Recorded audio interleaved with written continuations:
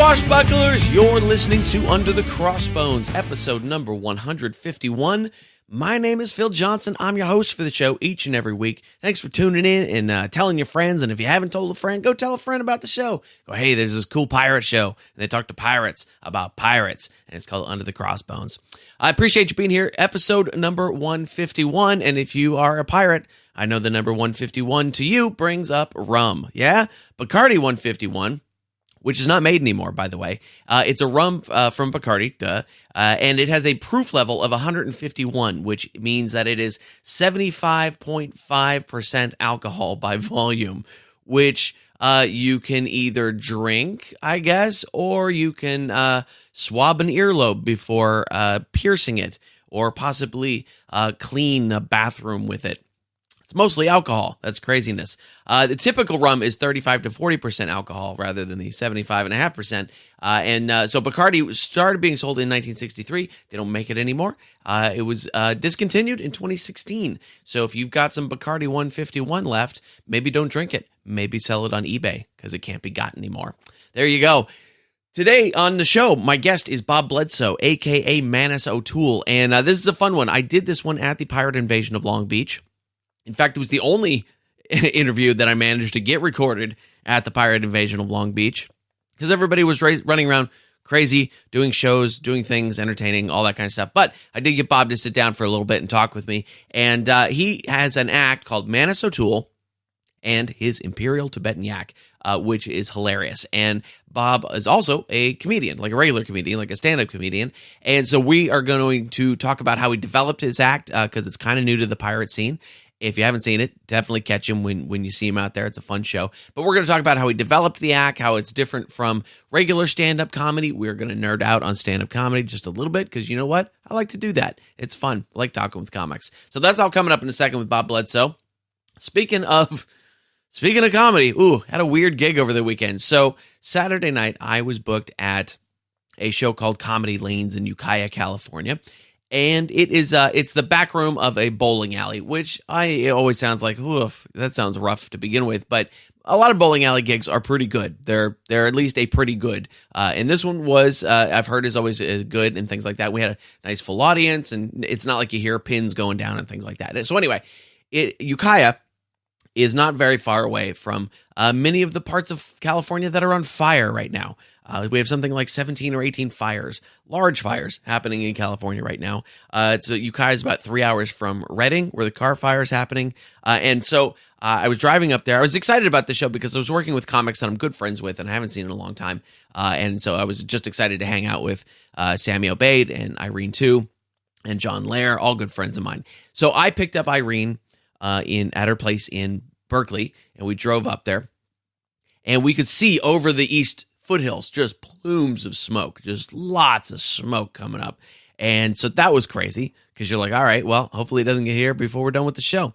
So we get to the show and we get a nice solid house, but there's a weird vibe in the air just because everybody's worried about fire and things like that. And the MC does okay. We had a guest set guy that did okay. Irene, I thought, did really well.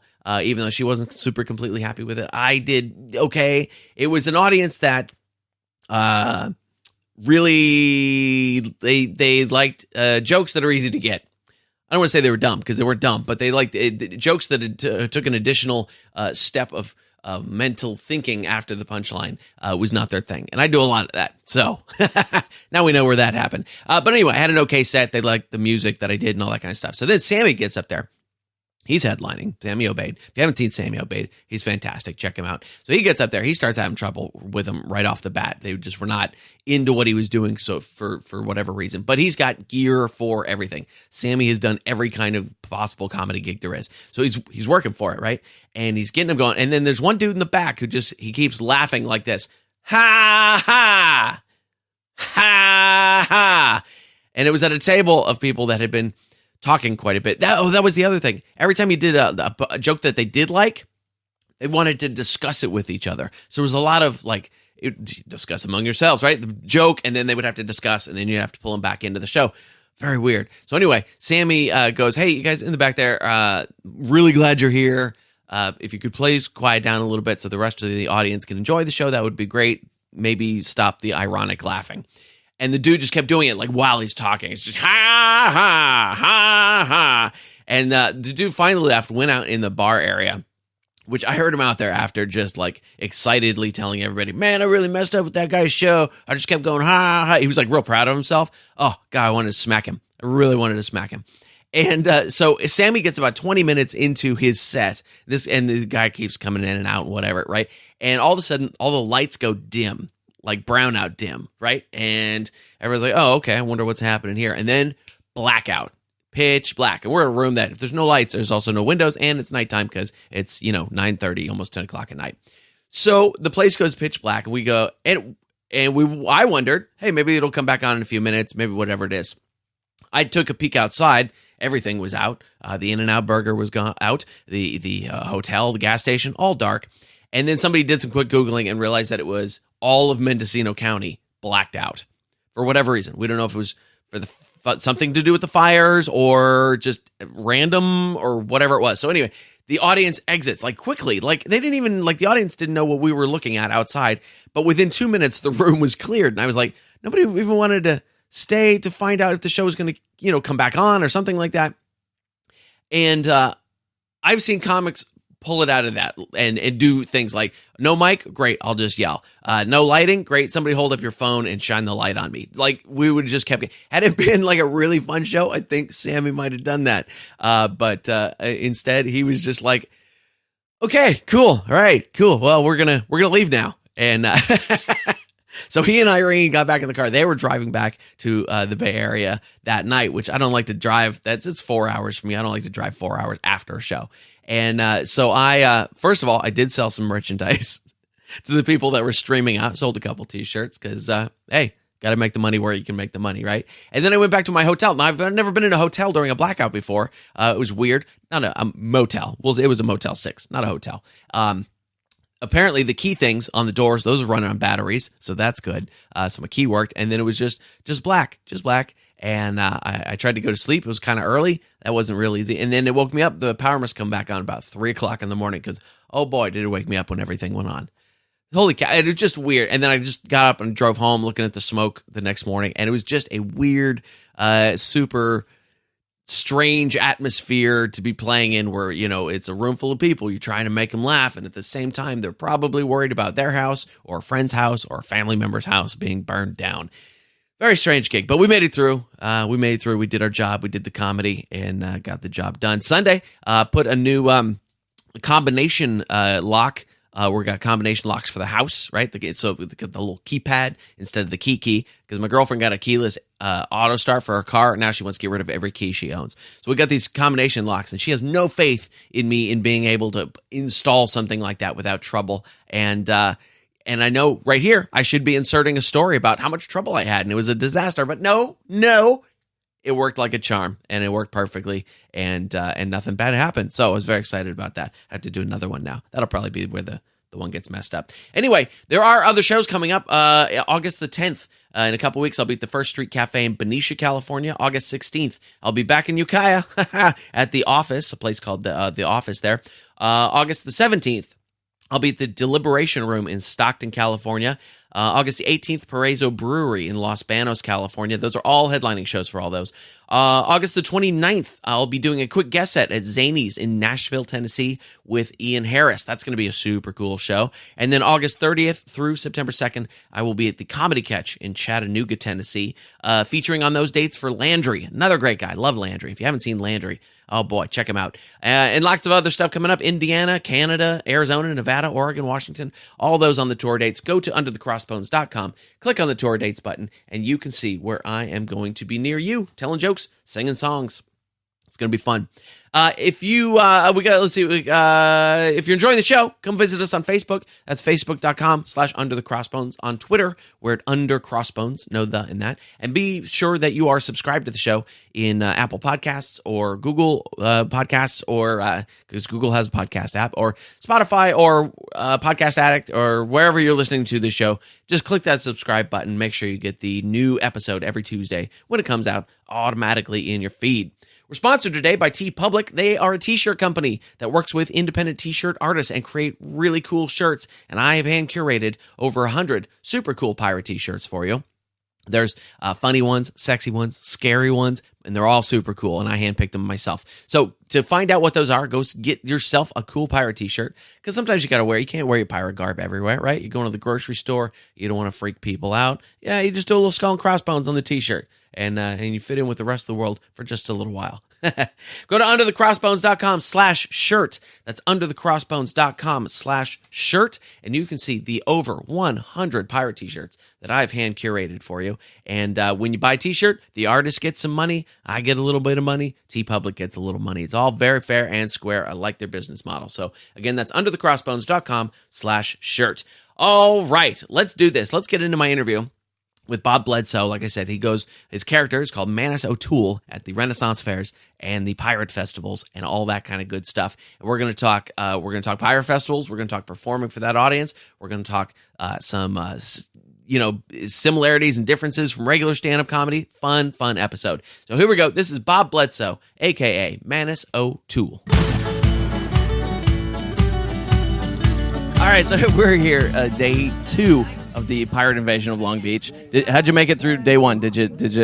It was great. It was exhausting, but it was good because it's exhausting because I have gigs on both sides of this festival. Which, right. As you know, if you're walking from one side to the other, it's about a 20-minute walk. Easily. So I have a stage show here, then I have a street show over there, then a stage show here, and a street show. So I've been walking back and forth. I've been getting more exercise than I usually get in a year. You're going to get your 10,000 steps in, right? For sure. In the morning. Everybody here should be wearing a Fitbit. Yes, for sure. For sure. Yeah.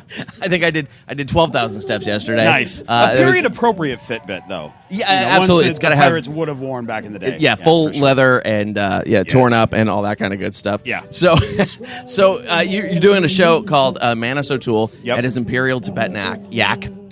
Which is very, very funny. Thanks very much. So tell me a little bit about your background, because you're new to the pirate scene here. I am. I'm new to the Renaissance festivals and pirate festivals, stuff like that. My background is stand-up comedy. I've been a stand-up comic for almost 20 years. Excellent. And toured comedy clubs for years.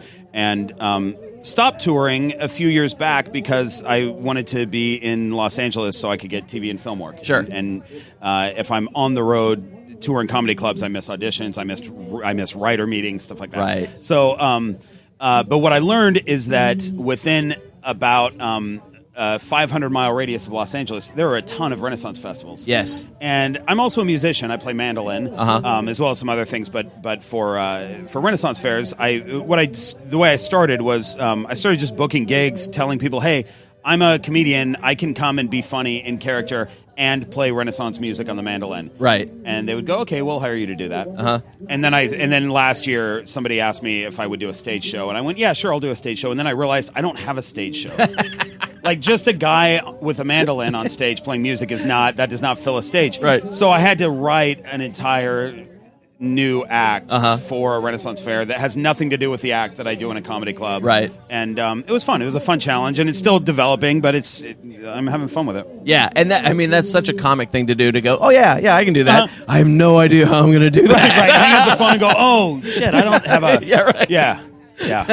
Can you do an hour clean? Sure. Yeah, I can. For sure I can. Yeah. For an 80-year-old corporate crowd? Absolutely, not a problem. What does clean mean, by the way? Yeah, right. Yeah.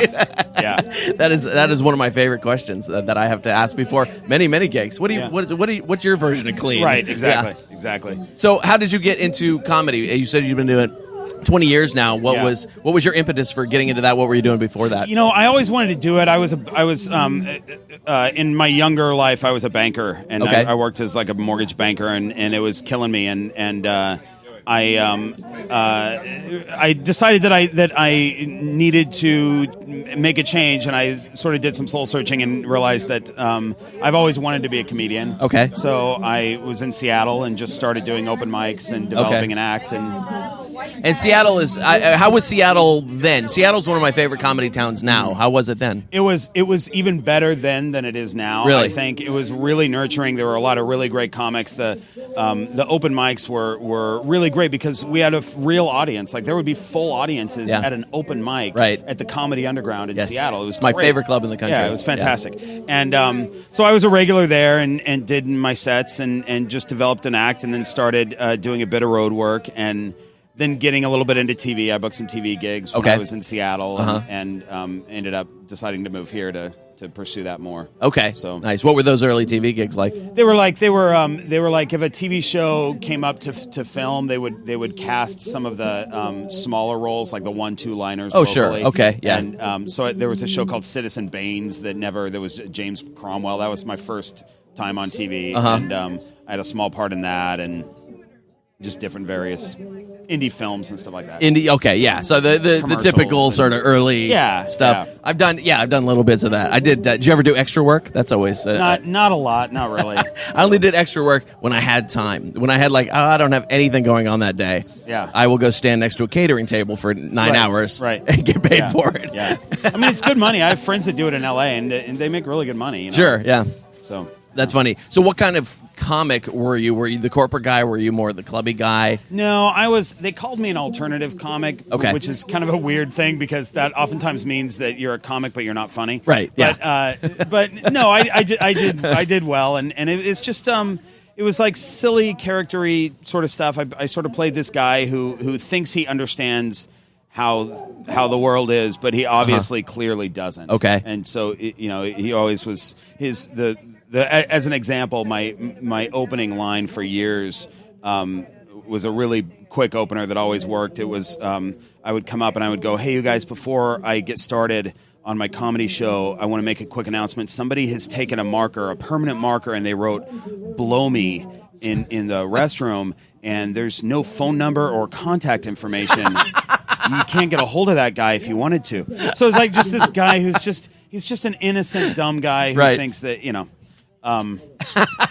That's very funny. That's very funny. That would be a killer opening line. That had to work for a long time. It kills because they don't know that I'm doing a joke. They think I'm really making an announcement, and so it catches them off guard. Plus, the joke comes so quickly that it's like, and they can and they get who I am. Right. At that, it works really well. I still do it sometimes. Yeah. So let's talk character development a little bit then, because that plays right into what you're doing now. How long into doing that character did you really discover that that's the character? Because every comic sort of struggles with finding their voice. Right, their exactly.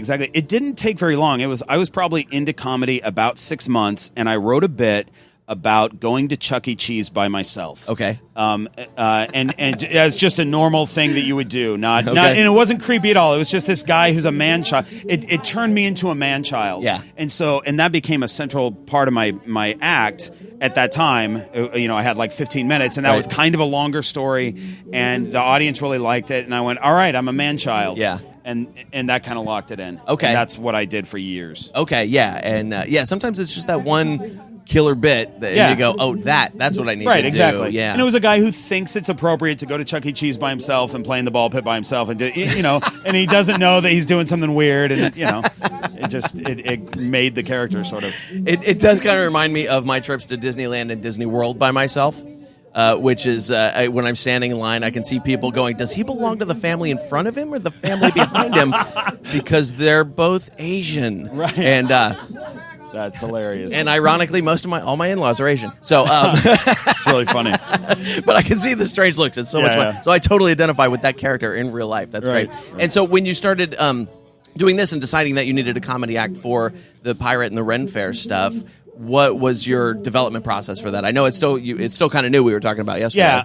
Yeah. So the development for that was that it started as soon as I hung up the phone with Rick over at Central Coast Renaissance Fair, because he's the one that was like, I'll hire you for a stage act. All right. He goes, because he only knew me as like a street act. He goes, do you ever do stage stuff? And I go, of course I do. I've been a comic for years. Like my ego puffs up, and I'm like, yes, of course I'll do a stage. Yes, goodbye, sir. I said goodbye. And so I'm like, oh shit, I don't have. So the idea was this, that in the Renaissance period they didn't have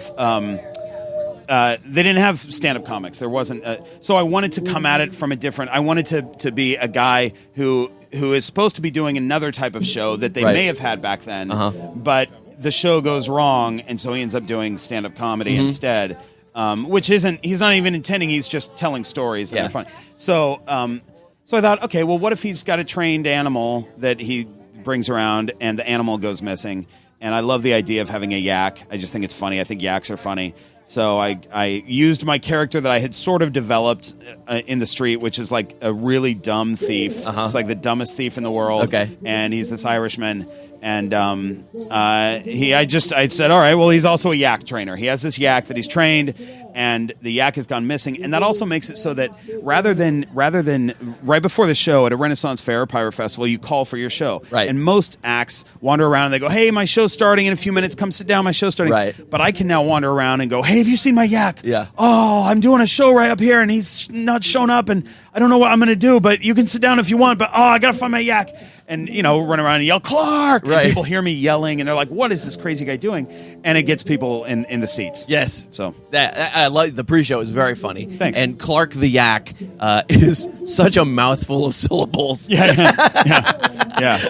And as comics know, K sounds always funny. Yep. Regardless. For sure. It's really great. It reminds me of Throwing Toasters. Do you know Grant Pachoco? No. Oh, okay. So Grant Pachoco has a band, quote unquote, air quotes in the air, called Throwing Toasters, and the conceit is the band never shows up for the gig, so it's always just Grant on stage. Oh, that's great. Yeah, and so he's done that for years. Now he works for Henson and does a bunch of puppeteering and things like cool. that. But yeah, he was on the college circuit as a musical comic for years. Oh, and that's great. it was that conceit where the band, he's always had an excuse why the band didn't show up for whatever reason. Right. Which is so true to life. Yeah. Just so true to life. That's really funny. That's great. So this is a really different performing situation for a comic. I mean, this is not, dark light stage, club No, lights. it's 10:30 in the morning outside, usually without a microphone. This is the only festival that I do where I have a microphone, Really? which Okay. actually makes it weird for me. Okay. But the funny thing is that when I've done shows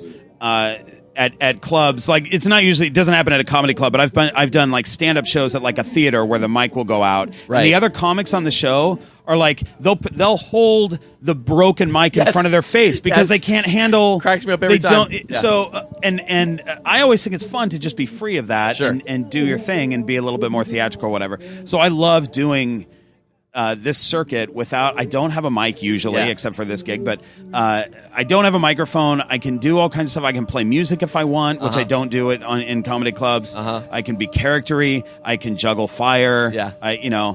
Clubs frown on juggling fire. Yes, no, I've always thought it was cheesy. Like, I'm not a prop comic. I've never performed juggling. But what I realized at the end of last year, doing this act a bunch of times at festivals, is I can end by going, all right, that's my last story or my last joke. See you later. Yeah. It's kind of lackluster. I'll get tips, but they're not going to be great. Sure. And so I'm like, look, I've known how to juggle since I was a little kid. Let me just see if I can find something interesting that I can light on fire and throw in the air at the end and make it make sense to the story. Like, I can sort of make it make sense. And so I found these cleavers that I can juggle, and then I can pull out the double-headed flaming axes and juggle those. And it makes for a good ending at a Renaissance festival or a pirate festival. In a comedy club, it'd be like, what is this guy doing? Like, Yeah. But Unless you'd have to have serious punchlines dropped in while you were juggling, Yes, of course. which just makes it even for sure. harder. Yeah. And so with a crowd like this, I mean, how much have you felt like you've had to personally change the way you work a stage compared to a club? Oh, it's tons. Yeah. It's completely different. Yeah. It's way more energy. It's like if something. The thing about a club is people don't just get up and walk out. Right.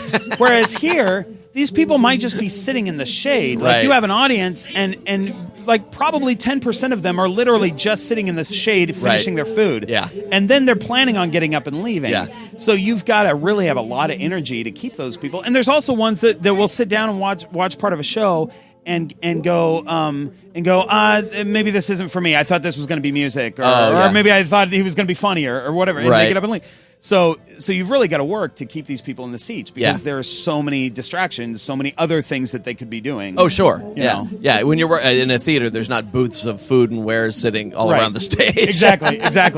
Yeah. And it would be frowned upon for people to just get up and leave a comedy club. Here, it's totally okay. They can do what they want when they want, you know? Yeah. So... Although it's always a badge of honor when we can walk a few people in the club. I know. You're right. But here, that's the other thing is you cannot be offensive here. Right. Like, you're not going to be offensive. You're not going to be edgy. You're just here to make people laugh and put on a good show. Yeah. And I'm not trying to do some crazy, edgy thing that I might try at a comedy club. Yeah, no, of course not. Now, did you work edgier when you were working clubs? What did I? What did you work dirtier? Not really. No, I wasn't really a dirty comic. I did have some things that were dirty. I just said whatever I thought was funny, and sometimes I would come up with something that was real edgy. Yeah. But it also wasn't my character to do that. Like a man-child. A little more innocent than that. Yeah. If he's dirty accidentally. Okay. He's not trying to. You know what I mean? And he might be shocked by something that was dirty. Sure. As well. Okay. So yeah. Okay. Were you into the pirate Renaissance thing prior to this, or was it just no? And I probably thought it was real dumb.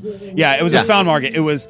I had a friend who did Renaissance fairs all the time, and she would always talk about it. And I was like, oh, just a bunch of nerds. Like, I've never been to one. I'm not interested in the time period. Not interested in all this stuff.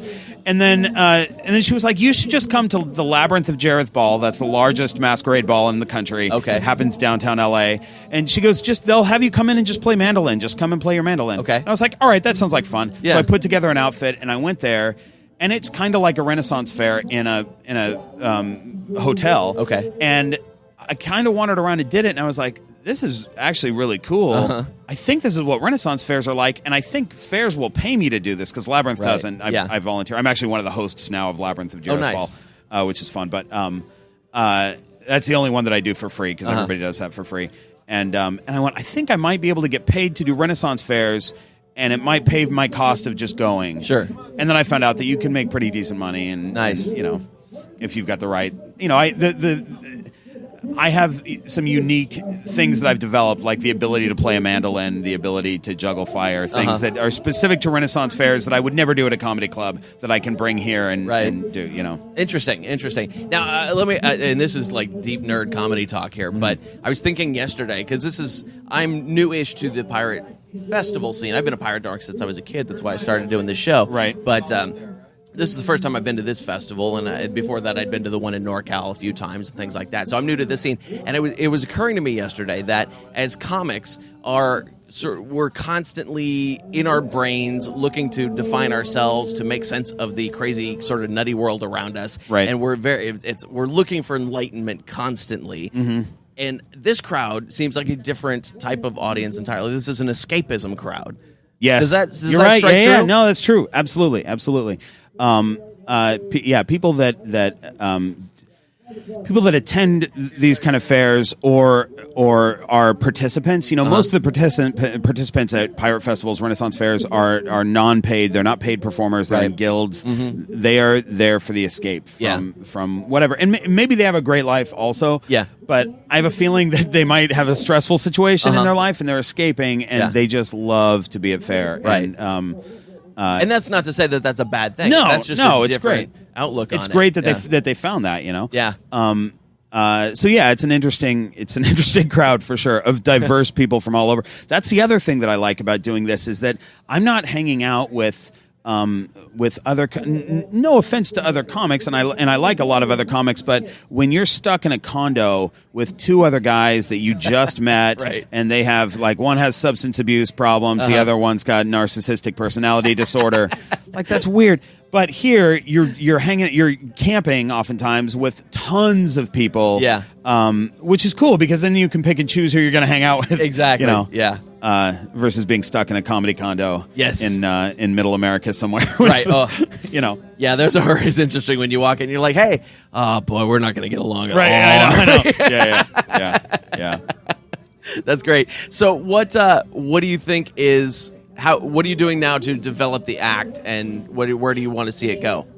Yeah, I just, as I perform, I'm just doing that thing that I would with a normal comedy act. Is as I perform, I'll improvise some things and sort of add and subtract with different audiences. This was a weird process because I had to write a half-an-hour act and then just perform it. I couldn't. This is a material that I'm going to do at an open mic in Los Angeles, right? So I didn't test. Oh my God! Please do it. Yeah, I know, right? So I sort of tested in my street act. I would test a little bit of material, but I had to write a half-an-hour show and then go to the San Luis Obispo Renaissance Festival Right. and hope Cool. that it worked. Yeah. and it did. It like the audiences liked it. The promoter came to my first set, which made me nervous. I was like, what if this bombs? Right. And he hired me to be here, but he really liked it. And so, but at that time I was like, all right, it's not nearly as funny as I want it to be. It's not up to par with the act that I've spent years developing in comedy clubs. And so I'm just adding and subtracting stuff now, Is it different writing for a really, really fictional character versus the sort of what would maybe be a semi-fictional character on stage? Totally, because the material, even though I was doing a character bit sort of in comedy clubs, everything that I wrote was based on something that really happened in my life. Right. Versus Manus O'Toole is he's like a sailor, he's a thief, I've got to create things that have happened in his life and tell those stories, and then the jokes come from that, and they're completely made up. That's the other thing about this audience. They will this audience will go along with something that they know is completely made up, completely false, because that's what we're all doing here. It's all made up. If I did this at a comedy club, even though there's still jokes and stuff, the audience isn't going to go for it because they know it's not coming from a real place. Right. Even though I'm at a comedy club, I'm playing this Rube character, they probably know it's a character. Yeah. They also get that the material that I've written came from a real place at least. Yeah. And they in a comedy club they have to have that. They've got to know that it came from a real place for them to be on board. Yeah, they can sniff fake a mile away. Yeah. Exactly. So that's why this is also very different. Is you can go super fake, make all kinds of shit up, and they're fine because they're all dressed in costume too, making shit up. Yeah. You know?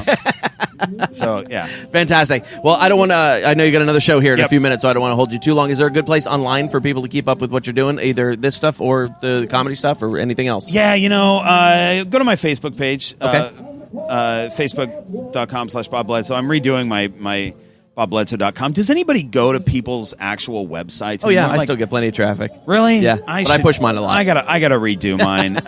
Because I definitely don't promote this yet, and I should be. Yeah. I promote if I'm going to be on TV. Like I'll say I'm going to be on this show or whatever on Facebook. But I need to promote more. This strikes me as almost more of a B2B rather than B2C type of promotion, where you want the fairs to know who you are more so maybe than the people showing up. Yeah. Exactly. Yeah. For sure.